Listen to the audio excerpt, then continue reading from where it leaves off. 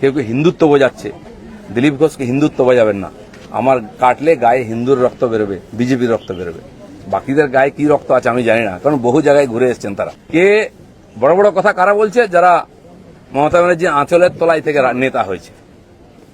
আরো বড় বড় কথা বলছে, অনেকে চরিত্রের কথা বলছে, যারা কালীঘাটের উচ্ছিষ্ট খেয়ে জীবন কাটিয়েছে, আজকে বিজেপির উচ্ছিষ্ট খেয়ে বেঁচে আছে, তারা দিলীপ ঘোষকে ক্যারেক্টার সার্টিফিকেট দিচ্ছে। যারা 4টে বিয়ে করে, 14টা গার্লফ্রেন্ড রাখে, রাত্রের জীবন একরকম, দিনের জীবন একরকম, তারা দিলীপ ঘোষকে ত্যাগী ভোগী বলছে। আহাম্মক। রাস্তায় দাঁড়িয়ে বলো লোকে কি বলবে। দিলীপ ঘোষ আজকেও রাস্তায় দাঁড়িয়ে আছে, কালো দাঁড়িয়েছিল, আগামী দিনেও থাকবে। মানুষ জানে দিলীপ ঘোষ কি করেছে, দিলীপ ঘোষ কি। কোন ব্যক্তি তিনি কি করবেন, কি করবেন না, কি বলবেন, কি বলবেন না, সেসব উত্তর আমি দেব না।